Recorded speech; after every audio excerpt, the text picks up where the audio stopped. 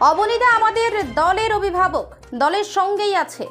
নরেন্দ্র মোদী প্রার্থীকে জেতানোর জন্য তিনি ছিলেন, আছেন, থাকবেন।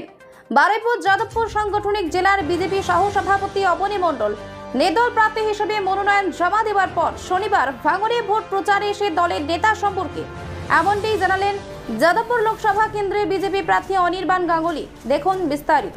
বারুইপুর যাদবপুর সাংগঠনিক জেলার বিজেপি সহসভাপতি অবনী মণ্ডল নির্দল প্রার্থী হিসেবে মনোনয়ন জমা দেওয়ার পর শনিবার ভাঙড়ে ভোট প্রচারে এসে দলের নেতা সম্পর্কে এমনটি জানালেন যাদবপুর লোকসভা কেন্দ্রের বিজেপি প্রার্থী অনির্বাণ গাঙ্গুলি।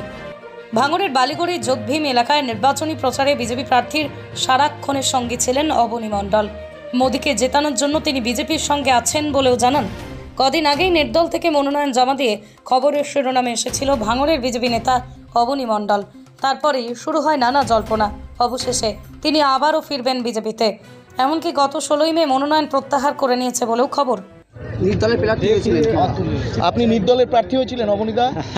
ব্যাপারটা হলো ওটা আমার ব্যক্তিগত ব্যাপার ছিল। আমি পার্টির অনুশাসন মেনে চলি এবং নরেন্দ্র মোদী হচ্ছে আমাদের আদর্শ। আমরা নরেন্দ্র মোদীকে জেতাবার জন্যে এখানে নরেন্দ্র মোদীকে দেখে আমরা সবাই ভোট দেবো। ডক্টর অনির্বাণ মণ্ডলকে জেতানো মানে নরেন্দ্র মোদীকে জেতানো। আমরা নরেন্দ্র মোদীর সাথে আছি, আমরা অনির্বাণ মণ্ডলকে জেতার জন্য আমরা লড়ছিল। আমাদের হ্যাঁ, মনোনয়ন তো অনেকদিন আগে উঠে গেছে, 16 তারিখ উঠে গেছে। অবনীদা আমাদের অভিভাবক। অভিভাবক ছাড়া আমরা এখানে অভিভাবকহীন হয়ে কিভাবে থাকব?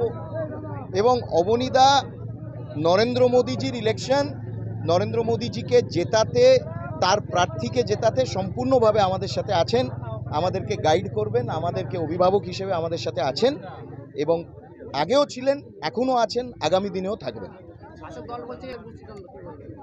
শাসক দল নিজেরটা নিজে আগে দেখুক না। আরে ও গোষ্ঠীদ্বন্দ্ব যদি হতো তাহলে আমি অনির্বাণদার পাশে থাকবো কেন? ওটা ভুল কথা। আর শাসক দল তো নিজেরা মাথা পাটাপাটি করছে, তারা নিজেদের গোষ্ঠী এবং দ্বন্দ্বটাকে আগে সামলান, আমরা আমাদেরটা বুঝে নেব।